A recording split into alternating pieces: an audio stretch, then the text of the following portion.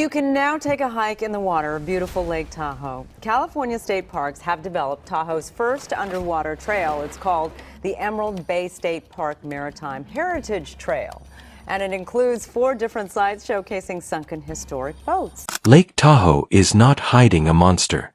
It is hiding us.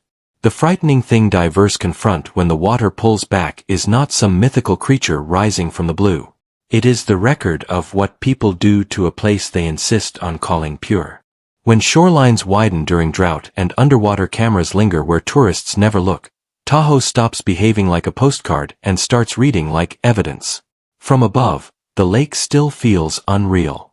Mark Twain, writing in Roughing It, called it the fairest picture the whole earth affords, and more than a century later that sentence still follows Tahoe like a blessing.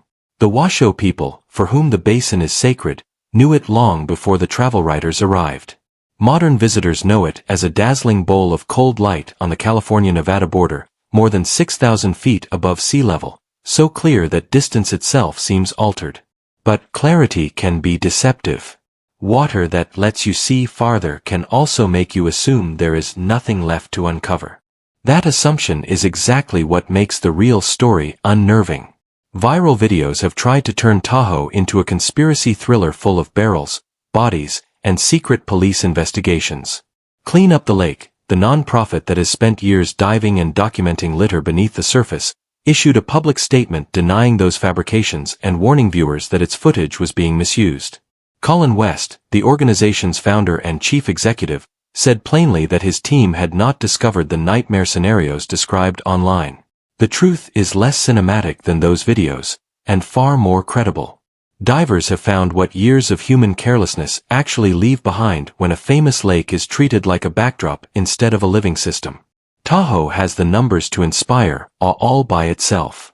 The Environmental Protection Agency lists it at 1,645 feet deep, making it the second deepest lake in the United States after Crater Lake. Its natural rim sits at 6,223 feet. 63 streams feed it, and only the Truckee River flows out.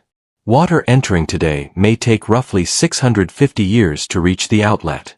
That last number matters. In a place where water stays so long, mistakes stay long too.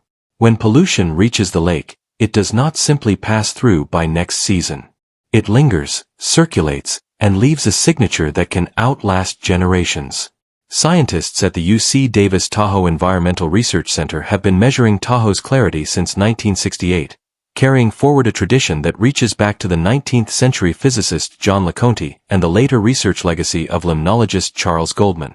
In the center's latest clarity reporting, Director Stephanie Hampton explains that the lake has not meaningfully recovered its historic transparency even when a single year looks slightly better than the one before it. The famous blue remains, but the long story beneath it is not one of untouched wilderness. It is a story of stress, stabilization, and a plateau that warns against romanticizing appearances. What, then, are divers actually seeing when lower water exposes more of the margins and surveys push attention below the sparkling surface? In part, West's organization has documented the scale of that neglect in blunt numbers.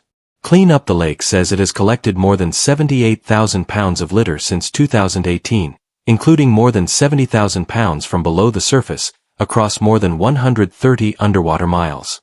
Those figures do not describe an isolated mess. They describe a pattern. Every dive becomes a kind of audit of what people think disappears once it drops beyond immediate view. Sunglasses, cans, bottles, fishing line, toys, and fragments of broken plastic may not sound legendary, but together they reveal something morally chilling, a slow vandalism committed against clarity itself. And Tahoe's clarity is not merely aesthetic. EPA scientists describe 2 linked problems: deep water transparency and nearshore degradation. Fine sediment particles are the largest driver of lost deep water clarity, while nutrients and invasive species intensify damage near shore. Asian clams have already altered parts of the lake, and officials remain vigilant about the threat of quagga mussels. Climate change adds pressure by warming waters, shifting snow to rain, and complicating the lake's natural mixing. The fear, then, is not just that divers find trash. It is that every bottle, every piece of line, Every abandoned object enters an ecosystem already under strain from forces much larger than any single visitor can see in a weekend. There is also a psychological reason these discoveries strike so hard. Tahoe is one of the few American landscapes that people still speak about in almost sacred terms. That language creates a dangerous illusion that beauty is self-defending. It is not. The same cold, depth, and relative sterility that preserve wooden boats also preserve signs of abuse. The same transparency that inspires reverence can mask gradual decline because the water remains beautiful longer than our behavior deserves. By the time a shoreline reveals enough debris to shock a hiker or a diver hauls up a massive litter that plays well on the evening news, the story is already old. Even the romantic artifacts carry a warning. The Emerald Bay Maritime Heritage Trail invites divers to see barges, fishing boats, and the launch Florence M., a vessel built in 1915 and later used for resort excursions. It is a remarkable piece of interpretation, because it shows that the lake bottom is not empty, and never was. Human history rests there in timber, metal, and memory.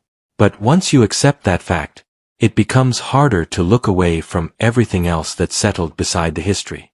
The same underwater world that preserves a launch from the early 20th century can preserve a tire from the mid-20th century, and a plastic bottle from last summer. Different eras, same impulse, out of sight, out of mind. That is why the most responsible version of this story refuses cheap sensationalism. The internet keeps trying to turn Tahoe into a site of secret horrors because the algorithm prefers shock over patience. Yet the verified reality is powerful enough without invention. A world-famous lake, revered by the Washoe, praised by Twain, studied by generations of scientists, and that may be the most unsettling discovery of all. Not a hidden beast, not a forbidden relic, but the realization that Tahoe has been keeping score, holding every token of indifference until drought, science, and conscience arrive to read the ledger. So when water levels fall and divers find something terrifying, the honest answer is this. They find evidence that even America's most admired landscapes are only as pure as the behavior we bring to them. They find that neglect is cumulative, that beauty is vulnerable, and that a lake can look eternal while quietly recording every compromise made around its shores. Tahoe still deserves wonder.